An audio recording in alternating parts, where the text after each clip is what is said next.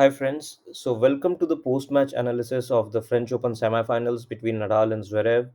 Now, although the match could not complete because Zverev unfortunately had to retire due to an injury, but it was still a 3 plus hour match, and there were a lot of good points, rallies, as well as it was really close and intense. Now, before we start, I just want to wish a speedy recovery to Zverev. That injury did not look good at all. He was obviously screaming and crying in pain, and it was hard to see for all of us. The match was so close. It was a pivotal part in the match where it was going to be a second set tiebreak, and anything could have happened in that tiebreak. So we'll discuss that. Uh, as per the latest update, Zverev has confirmed that based on the first checks, it looks like a torn ligament, and he might be out for a few months. Let's hope that he is back as soon as possible because I think he was playing some extremely good tennis in that match. So let's get started with the analysis of the match that we have. Let's first look at the statistics. So, as we had discussed in the preview, I think most of it played out that way. The only difference for me is that I think Zverev played the best match of his life. I thought he started off really well.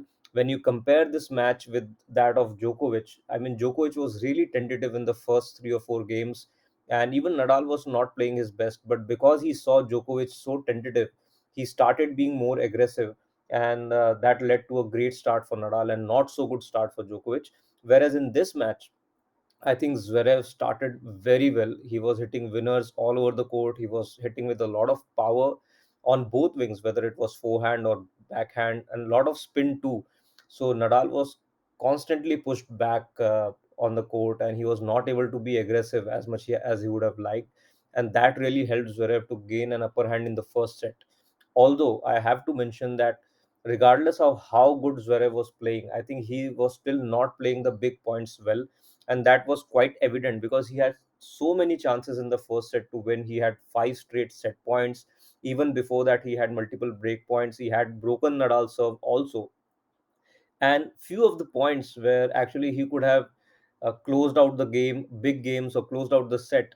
I feel that he was unsure because most of the points, if you see, that were close enough, but Nadal was able to win those. It's not like Nadal hit a winner on most of them. Of course, on some of them, Nadal did hit good winners towards the business end of the first set in the tiebreak. I think the last 2 or 3 points were fabulous from Nadal.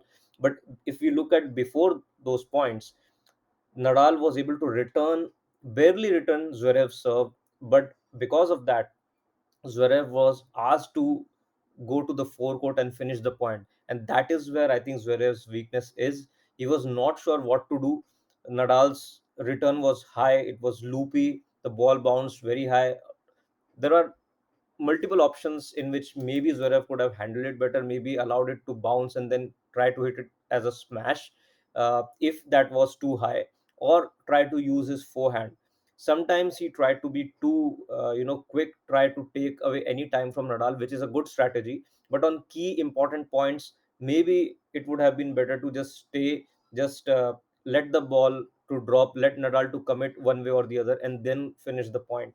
So I think towards the net and towards the forecourt, some key points were lost by Zverev, and that resulted in the loss of the first set. And if you see the key stats, the first serve percentage, as I had mentioned already, and I think it was key because the first serve percentage 77 was very high for Zverev, and that is what kept him in the match because we all know that he has issues with his second serve. We can clearly see that in the number of double faults, 8 double faults, and 3 of those double faults coming in the second set when he was serving for the set. That was obviously, decisive for that set in terms of the tiebreak, going to the tiebreak, because Zverev was 5-4 up. He had good chances. He was playing well. And I must admit that Nadal was really tired towards the end of the second set. He was not able to consistently stay in the rallies. And Zverev had a very good opportunity to take that second set in that game, but he made 3 double faults. That was really, not up to the mark from his standards. But we always knew that that is a weakness in Zverev's game, and it comes into picture when he's under pressure, obviously. So first serve percentage key for Zverev. Second serve points won, as we all know, because of those double faults. And even if the second serve was in, it was not that effective, and he was able to win only 38% of the points. And most of his second serves came under pressure only, because and when you are under pressure, you know Nadal, how he plays against the opponents. He goes for the winners, he attacks, and more often than not he's successful. Now the amount of winners, we can see it's 40, almost double the winners uh, compared to that of Nadal. Unforced errors obviously are, more than the winners, but that is the same for Nadal. And the net points won, as I already mentioned, that area of uncertainty for Zverev is the forecourt and near the net. So you can see only 47% of the points won, and there are a few points where he was not exactly at the net, but he was somewhere in the middle of the court trying to finish a point, and he was not able to. And those were key points in the first set and also the second set. So these were the key stats. Now let's look at the key factors. So I was really surprised actually to see Nadal's fitness drop after the first set. I know that it was a very exhausting match. The roof was closed, which added to the humidity, and Nadal's fitness was always going to be a little bit of concern after the first set, as long as the match progressed. So we saw the first hour and a half, I think it was a good fitness level from Nadal. But then onwards, it was clearly evident that he was not able to run and chase down a lot of balls. And then he was also missing a few shots because of that, because he was not able to get down on some of the balls, low balls. And then he was not able to hit his famous forehand on some of the shots. So definitely his fitness level had dropped. And even you can just imagine how close this match was, that the first set almost took an hour and 25 minutes, and then the second set was also taking the same amount of time. So two sets were not completed and the match had already gone past 3 hours. This was the level that both the players were playing at, and they were, grueling rallies. And I think Nadal's fitness had really dropped towards the second set, and towards the business end it was clearly evident he was not running that much. Even in the longer rallies, Zverev looked to be the fresher of the two. And if anyhow or somehow Zverev would have been able to win the second set in the tiebreak, I really think that Zverev would have been able to win the match, just because of this one factor, that Nadal's fitness had really dropped and he was really tired. He looked exhausted in that second set. Now, obviously, Nadal would have tried his best, but I still think because of Zverev's game, the backhand, the forehand, the serve, everything was clicking for him, except few double faults that he made. But still, even with those things, he was still able to stay in the set. In the next game, he was able to win and move it to the tiebreak. So obviously, I think that because of this one factor, I would have picked Zverev over Nadal if the match would have gone to a third set. But if Nadal was able to win the second set tiebreak, obviously the match was over. So we would not be we would not be able to know that anyhow. But Zverev's double faults when serving for the second set, I have already mentioned. Lack of comfort in the forecourt, very few points. We saw Zverev comfortable at the net or in the forecourt. From the back of the court, he was better than Nadal. He was hitting very strong backhands, forehands with a lot of spin. Nadal was constantly pushed on the back of the court towards his backhand side, and Nadal's backhand was not clicking as much as it had in the previous matches or in the previous tournaments. And because of the closed roof conditions, I think it definitely favored Zverev, because there was no wind, there was no height bouncing topspin. Although they both the players were using a lot of topspin, but it was not hampering Zverev's ability to attack from his backhand side.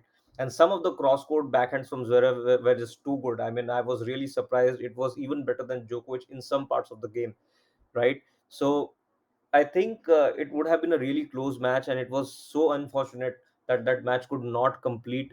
I was really hoping to see it go on for 4 or 5 hours, and the crowd was also enjoying it. But unfortunately, the match could not finish. So I think these were the key factors. And as we had already discussed, that the forecourt was the area of uncertainty for Zverev, and that was highlighted. And not only at the net, I mean, when Zverev's first serve is so good, if he serves well, Nadal usually tries to, because Nadal is standing so far back, he tries to loop the ball up in the air just to allow him some more time. Now if you let that ball to drop, if it's near the baseline, good return from Nadal. You can't do anything. You have to continue with the point. But some of those crucial points, I think Nadal did drop the ball short, but it was too high. It was loopy, and I think Zverev had to allow that ball to drop and maybe then decide what to do. But he tried to finish the point early, and he missed a few smashes as well and a few approach shots, high approach shots, which if he would have made easily, he would have won the first set.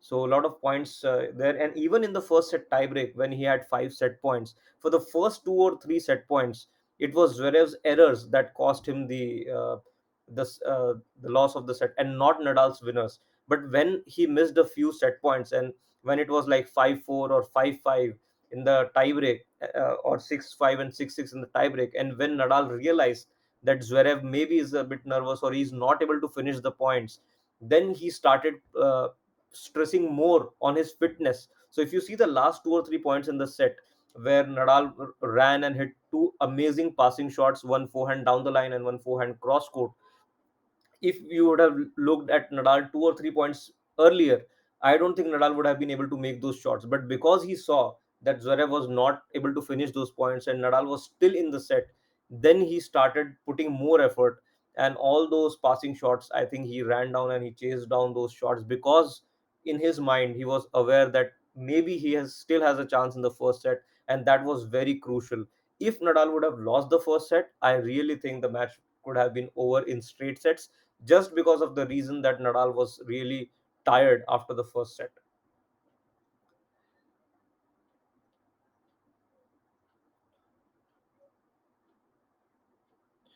Okay, now talking about, so the significance, I think, of this match was huge, and I still think that having beaten Felix and then Djokovic and then Zverev, I think Nadal really deserves to win this French Open title. He has beaten all the top players. Of course, we have to admit that Zverev could not complete the match, but if you look at the score line, one could argue that Nadal was still ahead in the match. So, having played three back to back 3+ hour matches, I think Nadal's fitness definitely would have taken a toll. But his mental ability, his ability to stay in the match, stay in the points, I think, and if he's able to win this French Open, this would be a really special victory for Nadal.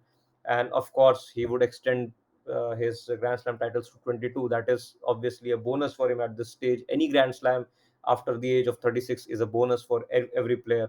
So I think let's see what happens in the final. And thanks for watching this video.